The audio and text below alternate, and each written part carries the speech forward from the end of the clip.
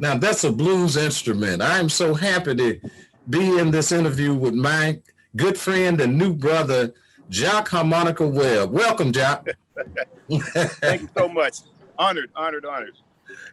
The way that you've come over to Jackson to work with us with Blue Monday, you're just part of the family. And I can't say enough, about your commitment to the blues and becoming a member with us and just joining us. So all I could say is you're welcome, my friend. Congratulations on being inducted into the Alabama Music Hall of Fame, first of all. Thank you, thank you. Yeah, Alabama Blues Hall of Fame. Hall of Fame, you're correct. I don't think I'm worthy, and I didn't think I was worthy, but, some of my mentors, Johnny Bundo Baldwin, Bobby Rush, Sam Lay, they encouraged me, hey, you have to understand who and what you are to this thing called the blues. And it's your responsibility to get as much of a platform you can to carry this thing farther. And that may help that to happen for you. And they told me, well, no, you're a blues man. You need to be in it. But, personally, when I start thinking about all those cats, man, Johnny Shine, B.B. King, them cats, those are the kings. Those are the blues men. The rest of us were recipients of the beauty of it. So that's just how I feel personally. When did you first pick up the harmonica? When did that instrument just hit you so hard that you had to do something about it and pick it up and start playing it? Well, I'm glad you said that I had to do something about it, because I picked a few of them up as a kid growing up. Somebody had one, I'd pick it up and slobber in it as a child and things like that, But back in 1991, when I first moved back to Birmingham, I lived in Boston for a while and I checked out a lot of music, but I did a lot of singing up north in the New England area. When I got back to Birmingham, I'd had a harmonica for about 4 or 5 years in my sock drawer. Didn't know which end was what, of course.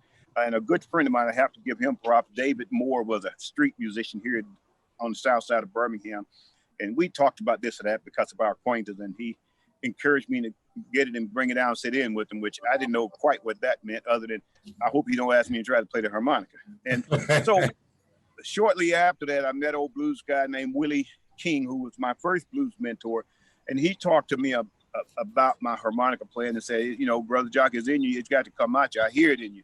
So you come on, start going with us. And so I traveled with Birmingham, George Carter, and Willie King for quite a while, trying to learn this thing. And at that point, whether I realized it or not, I just simply had to hold on to that. That was apparently part of me anyway. So that's where that comes from. But it appears that you've been around blues men and women all your life. Is that true? My entire existence in my community, Rosedale, right outside of Birmingham, all the shot houses and juke joints and liquor places, we were raggedy poor. A lot of times you didn't hang out with your cousins and buddies to hang out and play ball and everything with them. You might not have gotten nothing to eat that evening. So you go by those guys out there. There was always a good plate of food at a shot house or a juke joint.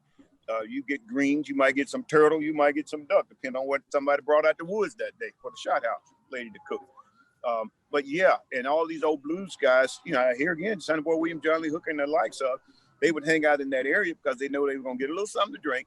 They were going to play a lot of music, and they were going to get some traveling change in their pockets. And that's been my entire existence. When you look at it, I've been around music my entire existence. The world traveler and incredible bassist, Mr. Cleve Eaton, jazz bassist, traveled with Count Basie, recorded with everybody from Lena Horne to Frank Sinatra, Lonnie Liston Smith, Wes Montgomery. I grew up with their kids. Bo Collins Berry, one of the Alabama top trumpeters, William King, who's one of the founding members of the Commodore and still active in the Commodores. I grew around that all my life. William King's mama was my kindergarten teacher and babysitter. He would walk me home every day. But I've been around it my entire existence. It's just one of those things where I grew up. But I didn't play an instrument. Matter of fact, never wanted to be a musician. Well, I'm glad that you are.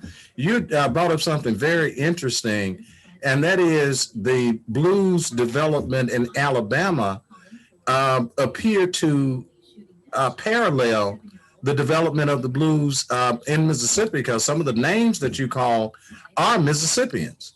And so they had early relationships with each other. And I'm sure that both group of bluesmen, if you will, had that influence on you. Tell me a little bit about that. Well, where I grew up in Rosedale, it was all black owned and operated. As far as you could see, was black owned and operated back since the 40 acre and a mule proposition. People that were traveling through the region would go through there. They knew they were going to get a safe place to eat and sleep and whatever else they needed, because it was a black community, acknowledged as the black community back in 1893, one of the oldest African-American communities in the state of Alabama. But now with that said, all those guys coming through from Mississippi, Georgia, Florida, wherever they were going, they would come through that region. So the influences were there and they were deep. You know, that's just how it was. You know, even playing with some of the jazz guys and the R&B and soul guys, that all of that, I guess, kind of honed me in on familiarization with my instrument. You know, you can't play a box of rocks if you're not familiar with them. So playing all of those different music, including classical, and you know, I remember going to watch the Russian Symphony Orchestra downtown Birmingham at the Alabama Theater. All those kind of things helped me to better understand what this instrument is about, you know. And then that experience with all the old blues people, like I say, Willie King, Birmingham George Connor, Johnny Shine, Sam Lay, Bobby Rutch, Little Milton, Hugh, all those guys. It just, that's what made me realize this is my thing, and it's just part of me. It's kind of like, how can I not play blues if it's the blood that runs through my vein? The only way to not play blues, I have to drain the blood out of my body. Then the only thing left, put it in the water. And that ain't gonna work. Well, we don't want it to drain anywhere. The parallel with the blues in Alabama, I mean, it's the same, but, you know, in Mississippi, the blues was born in Mississippi, grew up in Memphis, and went international in Chicago. What was the progressive line to the big city from Birmingham? Ooh, mercy. Well, I learned that people were coming to Birmingham that I didn't even know were coming here. I didn't know these people were coming here all the time because I guess I'd moved away and things like that. But they all were coming here. And because of that thing in Birmingham, I started getting calls to go to Memphis, to go to Chicago, to go to Virginia, Georgia, you know, like I say, Mississippi, Florida, Louisiana, Arkansas. I started getting the calls to come to those places. And it's kind of funny because everybody wanted to hear some Alabama blues. They wanted to hear some Alabama blues. When you start talking about blues, there are different dialects, no different than your accent. You might have a northern accent, Texas drawl, whatever. Everything has its dialect or a certain accent, but there ain't no difference in what the blues really is. It's a spiritual cleansing straight from the heart and soul of what is the earth. Therefore, it has to be in you. As Johnny Shine said also, is in you. It's got to come out of you. But not many people, I've learned this, not many people of the heart and soul for that spirit to show itself and get that cleansing. You know, and I always tell people about going to church. You send 100 people up there to the altar, black, white, old, young, you know, rich, poor. Out of that 100 people that's going to hear the minister's word, chances are not one of them would be of the heart and mind to receive that blessing and that sermon. People just don't understand how to cleanse themselves. It's just that most difficult to try to find a mate. If you're trying to find a wife, hey, stop looking. If that spirit of each other don't bring y'all together, it just ain't out there. It ain't out there. Hey, you know, it's one out there for you, but you have to be of the heart and mind and spirit for that spirit to show that and bring it to you. Blues is that thing.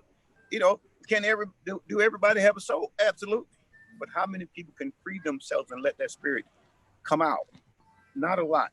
There's a lot of people play at the blues, mimic the blues. There's a lot of them exploit the blues. Most of them have no respect and understanding of it, period. There are a few that spirit exists within them, and they can free their mind and spirit to allow that thing to come out to be cleansed. And that's something, it's a serious thing. You know, I always think about Sunhouse presentation and documentary. Sunhouse said blues ain't no plaything. Now, he had his own perspective at what the blues was. Like most people, they got their own idea of what it is to them. But blues is the blues, and I don't care how you look at it, what perspective you go from, what angle you come from, what instrument you play. Even if you're playing, watch this now, if you are playing jazz, classical, bluegrass, country, or even hip hop, as I know it's hard to hear that, but even hip hop, it's not the genre of music that's the concern. It's that spirit that brings it out of you. See, we allowed ourselves to be so arrogant as the human species to think that we make policy on life. Life is going to exist whether the human species is in existence or not. We can be extinct. Life is going to exist. Blues is that thing. Regardless of what genre you're playing, it exists deep within that spirit of you that comes out to be cleansed. It might be painting on canvas the backdrop of the city. It might be in the cornfield. It might be for some rearing their children. That spirit, that's when you are your most, that's when the most of you come out to love your child. My doctor told me one time, Mr. Webb, I see how you are with all your nieces and nephews and you love children. But until you have your own, you'll never get that true understanding of what the spirit of love is all about. She was very correct. Once my son was born, oh my God, I'm a changed man, thank goodness. But that spirit, and the blues does that to you. Man, you get up there on that stage or wherever you are, in the closet, in the bathroom, wherever you are, and that thing hits you. As they say, them sanctified folk go to talking about what that Holy Ghost do to them. They ain't talking about nothing but the blues. They don't know it. We've been led to believe that that spirit only exists in the church. No, that spirit went into that thing and created the church. Them old juke joints back in the day when we were not allowed to congregate and do these things and worship. We created these places, and some of them turned out to be juke joints. Some of them grew into churches. People want to preach the spirit, the gospel, as they say. But we are restrained by our own imagination and understanding of life. We think just because someone called it the old sad, drug out blues, that's what it is. We don't make policy on life. We have to live according to life to find our peace and place in life. But who am I? I don't know nothing. Oh, well, you've experienced that, and that's your interpretation of it. What I was trying to get to was that, take Mississippi, for example. During the Great Migration, we had people primarily to leave Mississippi and ended up in Chicago. People from Alabama, from what I've read, primarily moved north to Detroit. And they took this thing called the blues with them. And so there's a direct connection culturally with the people that left Alabama going to Detroit primarily. I mean, everybody went everywhere, but that's the migration pattern that was there. And I'm wondering, there was not a huge blues industry in Detroit back in those days, even though you had this pipeline coming from Alabama, primarily from Rosedale and from Birmingham back in those days.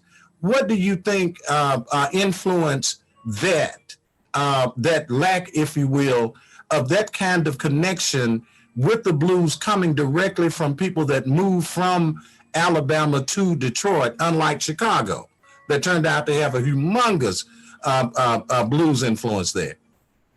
Well, a lot of people see it in different ways. What I've learned, having experienced Chicago and Detroit and all those places, the blues is there. Even back when I was 18 years old and traveled to Detroit, the blues was there. I was that young man that, I had a liquor bottle in my back pocket at 16, 17 years old because I looked old.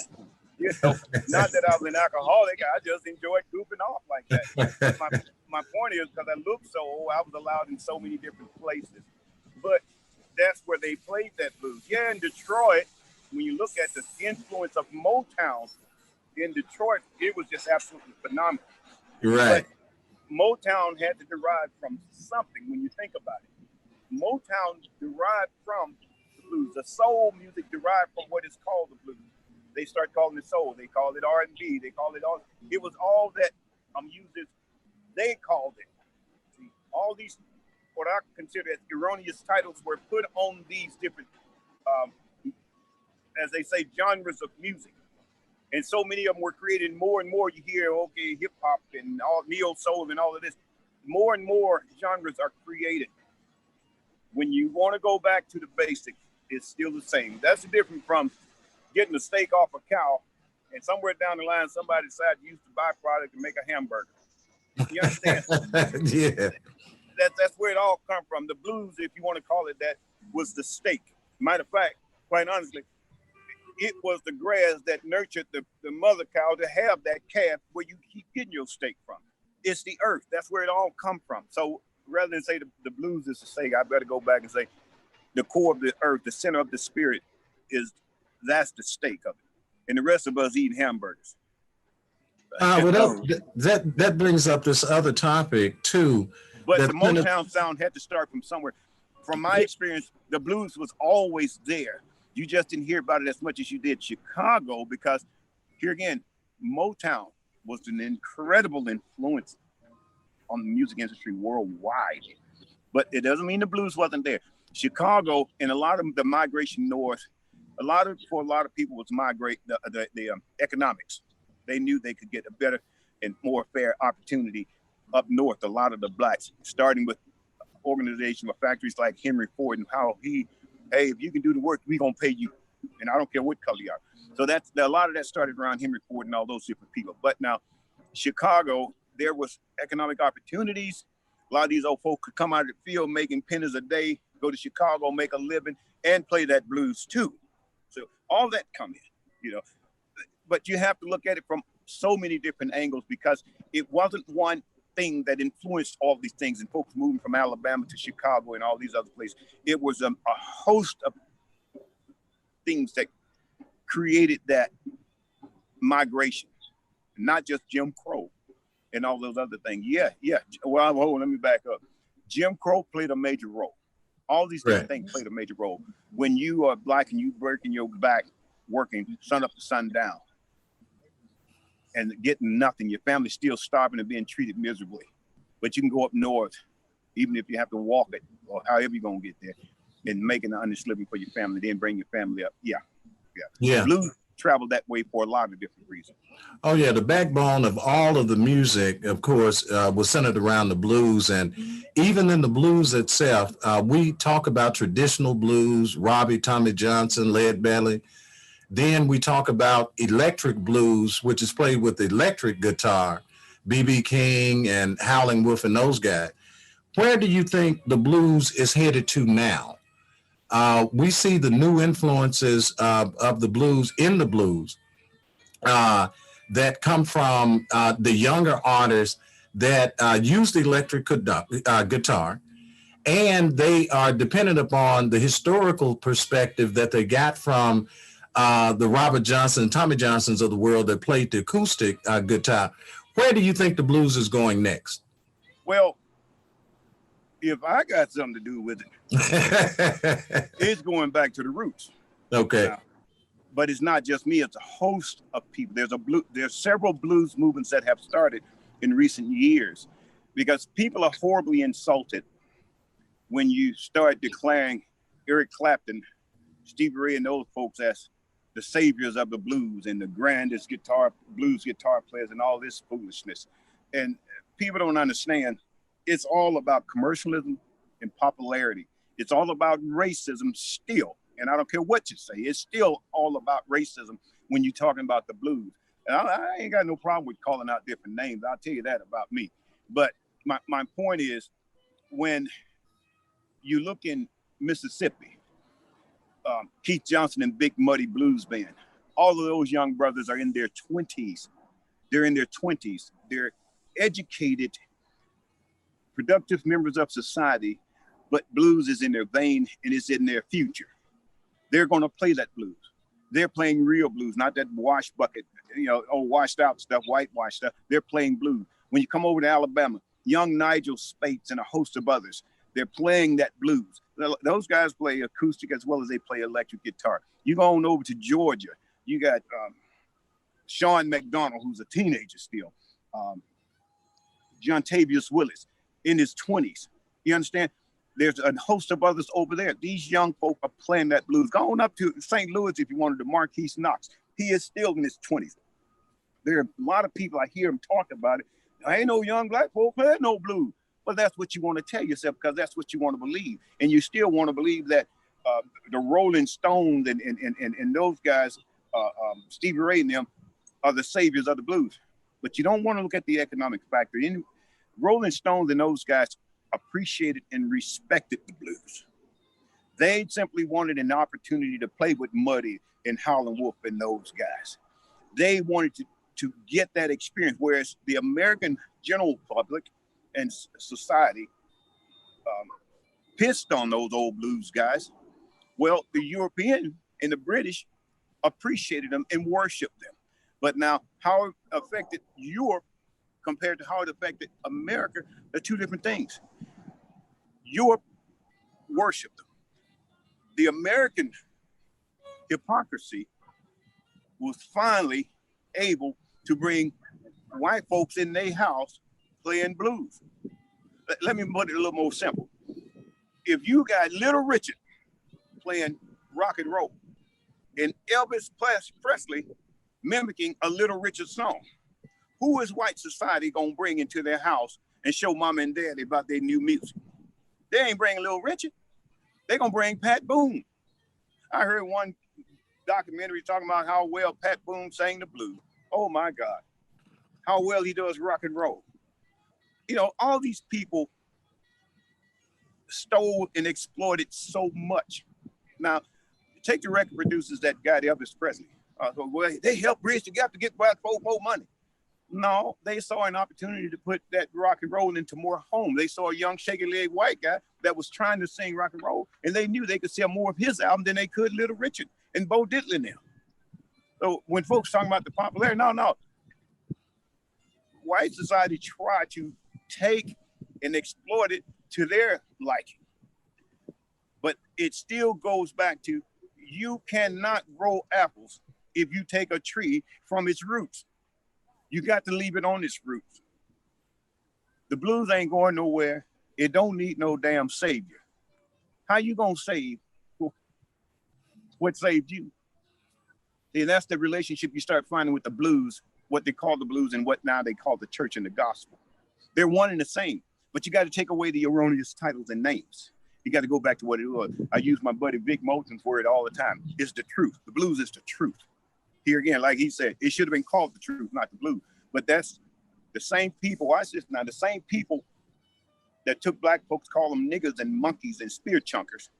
Those are the ones that put all these different names and titles on the culture. You understand what I'm saying?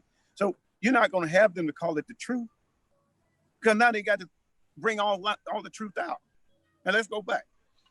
We raise hell because the truth of black history or African-American history in this country has been a lie since its existence. Since its existence, we were subhuman. That's to show where why should we treat them like human? And they're not really human. They got tails like monkeys. Okay? Yes, white America told a lie about black history. But white folks live in that same lie about their own history in this country. To tell the truth about white history, you got no other choice but to tell the truth about black history. It's a big lie, and we all have to clean it up. Yes, if I got something to do with the blues, it's going to stay real. Blues is going to stay truth. And there are many people, Sammy Blue over in Atlanta, Tony Bryan over in outside of Atlanta, fellow on Facebook called himself Mo Brooks. His name is Terrence Brooks. So, but there are a group of people that are sworn and just dedicated to this sacred culture called the blues. Because for most of us black folks, that's who we are. So why would we abandon it? In the words of most white Americans and some blacks, black folks didn't abandon their culture. I'm still talking about the blues now. See, blues is just as much as the story and the life, more so than it is about the music. This is just something to throw on the shelf or whatnot. No different than a guitar, just another piece of furniture just throw in the corner.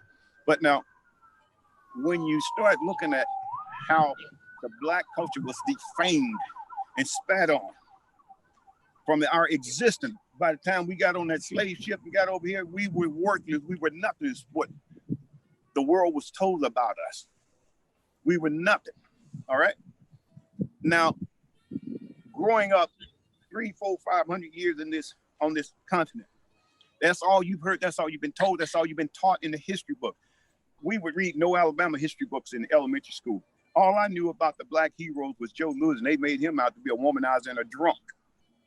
But I didn't hear mostly about George Washington Carver and Booker T. Washington and all these people. I didn't hear about them. Of course, my school was less than 1% Black during the time, so maybe right. That was. But now, when our history has been defamed by those other than us, and all we've been led to understand and have knowledge of is the white way of living, to the point of where our educators were educated to the white way of living. Our theologians were educated to the white way of worshiping.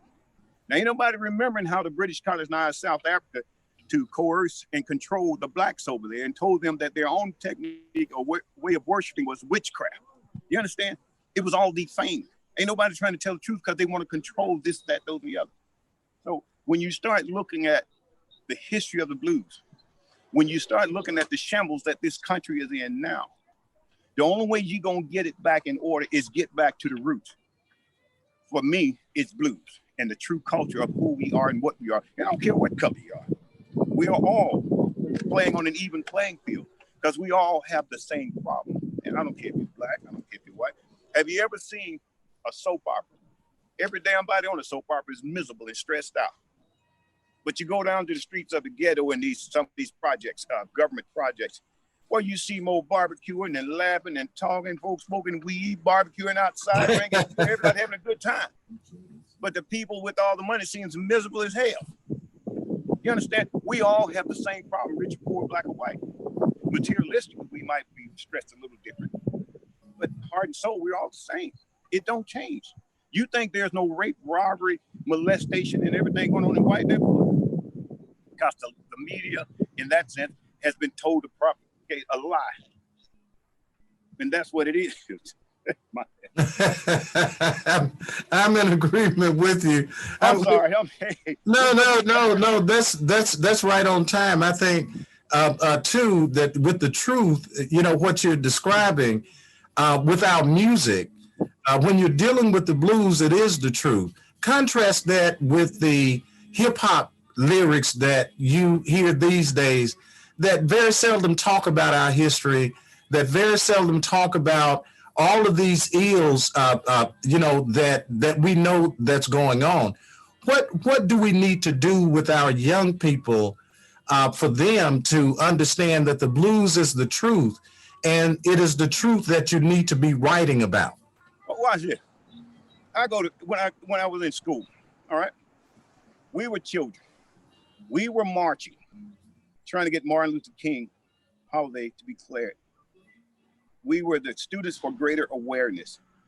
That's no different than back in the late 60s, early 70s. We were children. James Brown said loud, "I'm Black and I'm proud." We were them little babies running around, saying loud, "I'm Black and I'm proud." You understand? But now let's come forward a little bit. Black History Month, February. For a couple of days during February, maybe even one day, somebody's gonna do a Black History Month program. Go to a Southern Baptist church, maybe for an hour on Sunday, maybe one day during February. The Black church is going to talk about Black history. But what about all the other 12 months? The other 11 months of the year? They're talking about, watch this now. When they open that Bible, they're already talking about British and colonialism and all of that. They're not talking about Black history. They're talking about what was written, rewritten, coerced, and corrupted in that book. Now, I'm a spiritual man.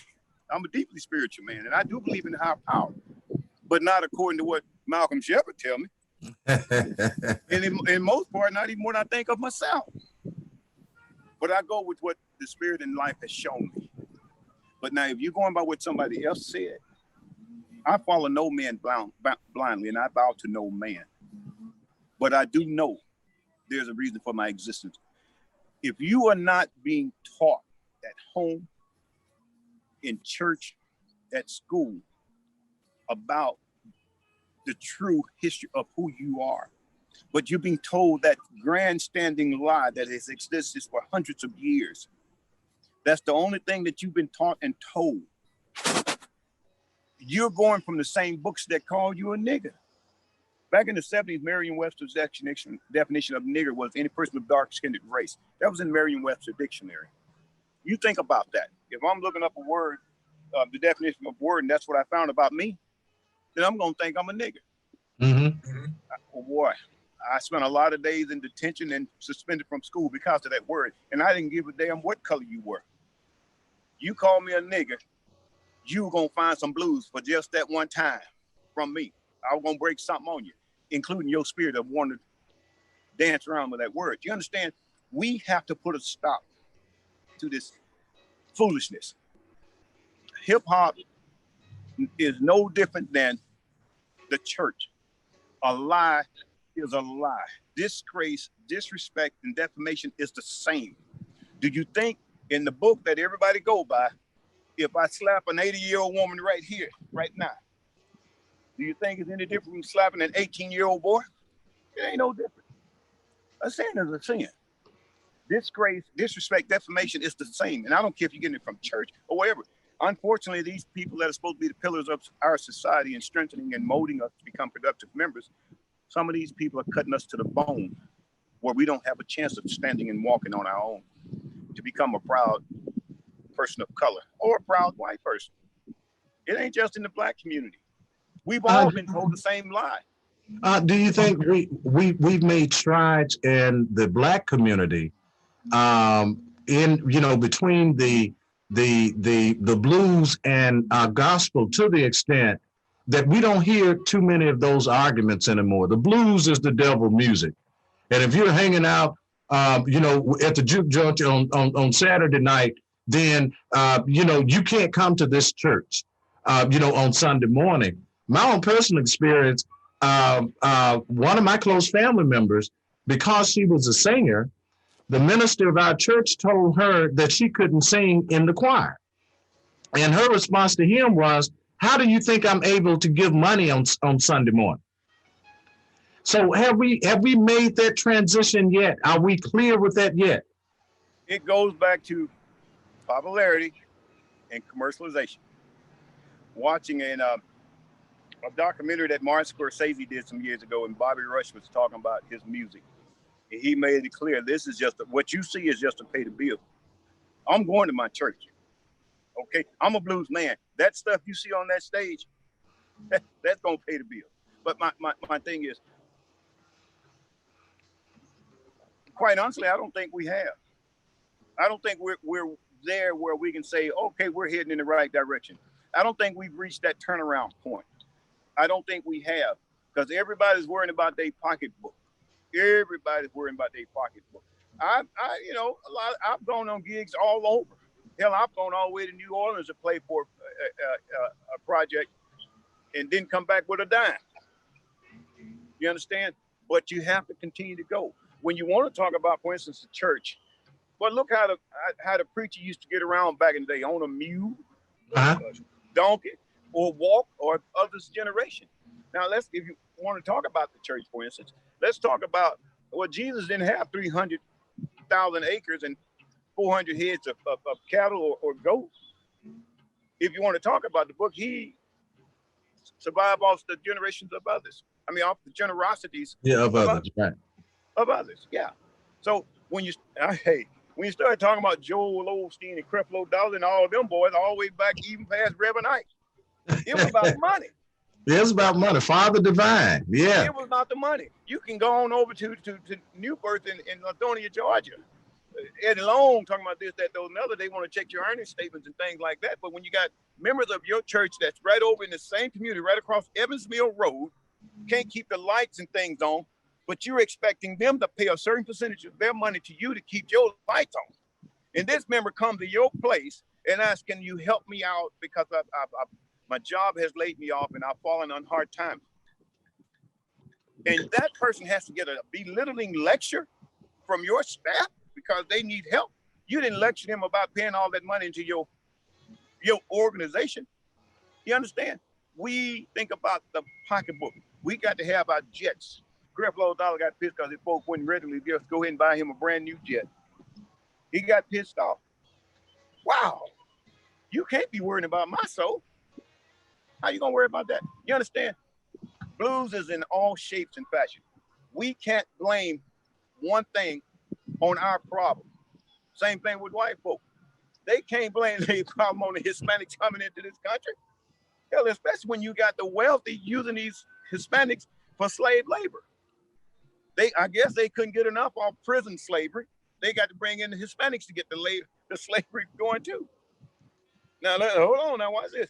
When you want to look at who benefits from all of our struggle, the 1%ers. This ain't political. This is the truth. You want to talk about the blues? Let's talk about the truth. The 1%ers benefit from all of it. If I lose my job and I lose my property, who runs those banks? Who runs the insurance company? Who runs it? Who runs Wall Street? You really think because I invested $1 million on Wall Street and the stock market crashed, you think that money disappears in outer space? That money in somebody's pocket? It goes somewhere. It goes. My point is, when you want to talk about this thing, you got to talk about the truth. Let's not try to sugarcoat it. Let's not act like when you defecate in that toilet, it's just going to go out into nowhere land. It's got to come somewhere. It got to come back somewhere. It ain't going nowhere. But my point is, I don't think we are heading in the right direction yet. We hadn't reached that point of turnaround yet because we're still teaching the same foolishness. Nobody is holding the church. No one's holding the church accountable for what they're doing. No one's holding the 1%ers accountable. No one's holding these political figures who are being paid and has the trust of the community to stand up for them. Especially when these people commit these heinous crimes and offenses, if they go to jail at all, they go into some country club. Now, let me give you an example. My mother, someone wrote a check from one of my mother's old accounts. This is a true story. They wrote a check from one of her old accounts that she didn't use anymore. They wrote a $9 check to a store. That check bounced, of course, because the account had been closed. The police knew my mother, picked her up off the street when she walked from her job back home and took her to the jail. All right? Took her to jail for a $9 check. These people have been robbing and raping the financial system for decades and not served 1 second of time. This political figure steals millions of dollars and not served 1 ounce of time. You take this thing about the children in the school and how this one black lady, homeless black woman, simply registered her child into a school that was convenient for where she was and was going to jail. This white woman did the same thing, intentionally paid money to get her child in school. And they gave her a pat on the wrist and a few weeks in jail. Of course, living in the laps of luxury. You tell me if we're going in the right direction or not.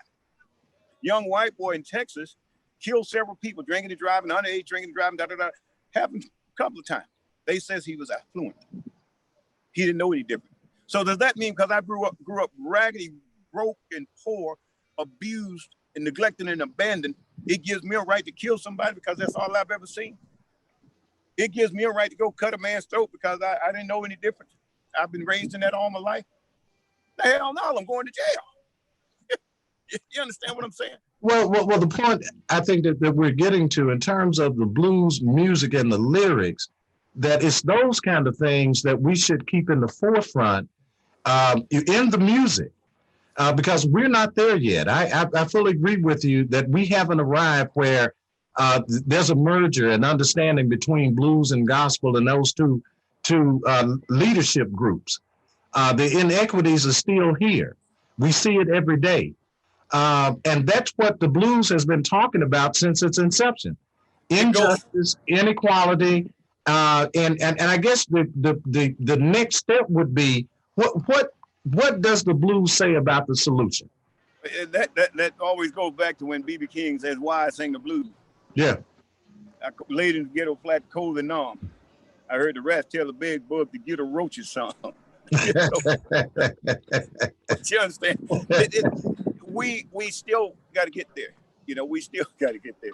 But we sing the blues not necessarily because we are sad and broke down, but also because we're happy. We sing the blues because that's the spirit of us. Sometimes you just want to yell and shout. Sometimes you just want to lay down and go to sleep. It's all the same thing. It's all the same thing. I don't know if I answered your question then. Yeah. I think we're along the same philosophy. Let me take a break here for just a second. Savannah, do we have enough footage? The switch. What's his name? I think my battery might be about to die. Yeah, I'm about to say we on 8%. Is it possible to switch if she has it recorded, can we switch to another device and call back the call? How much time do we have, Savannah?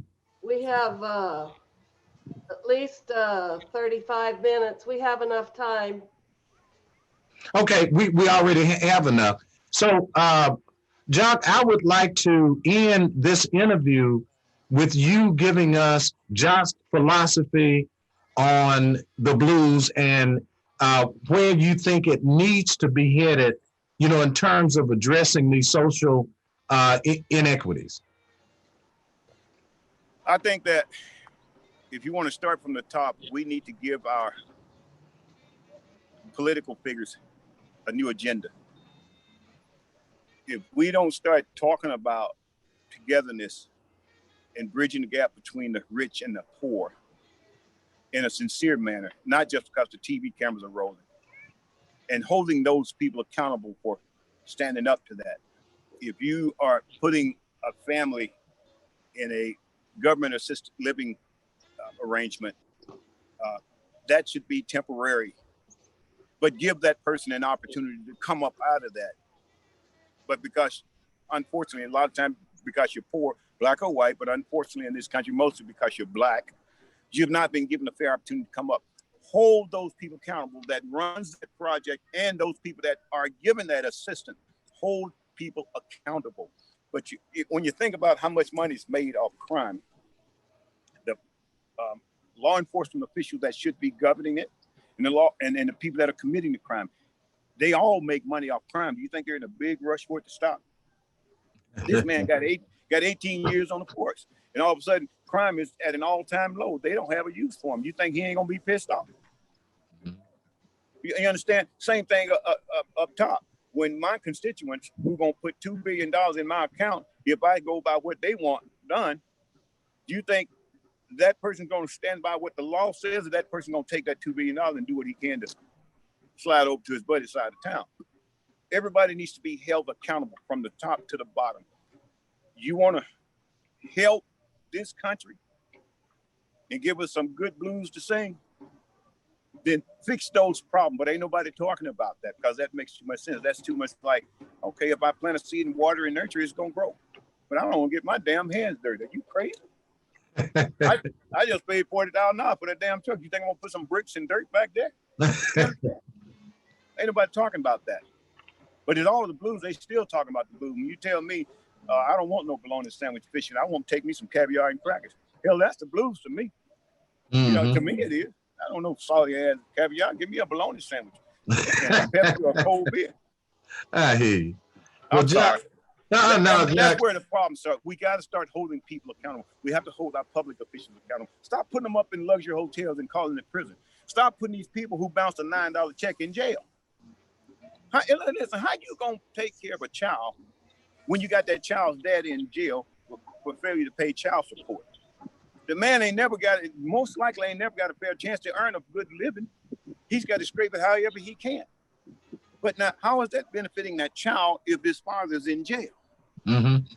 You understand? We got to fix this. That's just one little example of the big problem. Well, I think you said it all. We got to fix this. And it sounds like the name of a blues song to me. Jock, it has been wonderful spending this time with you. I look forward to seeing you again in person. And when this pandemic is over, all of us getting back together and playing some good blues, man. I thank you, my brother, and I love you. Man, love you too. Thank you, Sabina. Thank you, Mississippi, Central Mississippi Blues Society.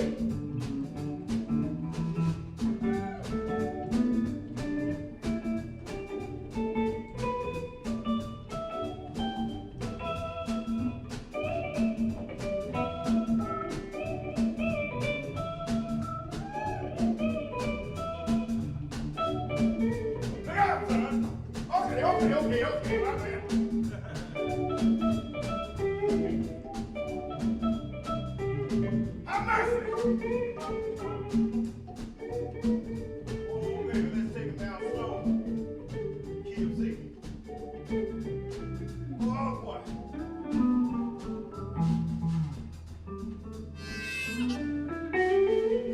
Oh, let's get on down deep in Mississippi. Let's sweat on that dusty road a little bit and make it muddy. Where would it, Maestro?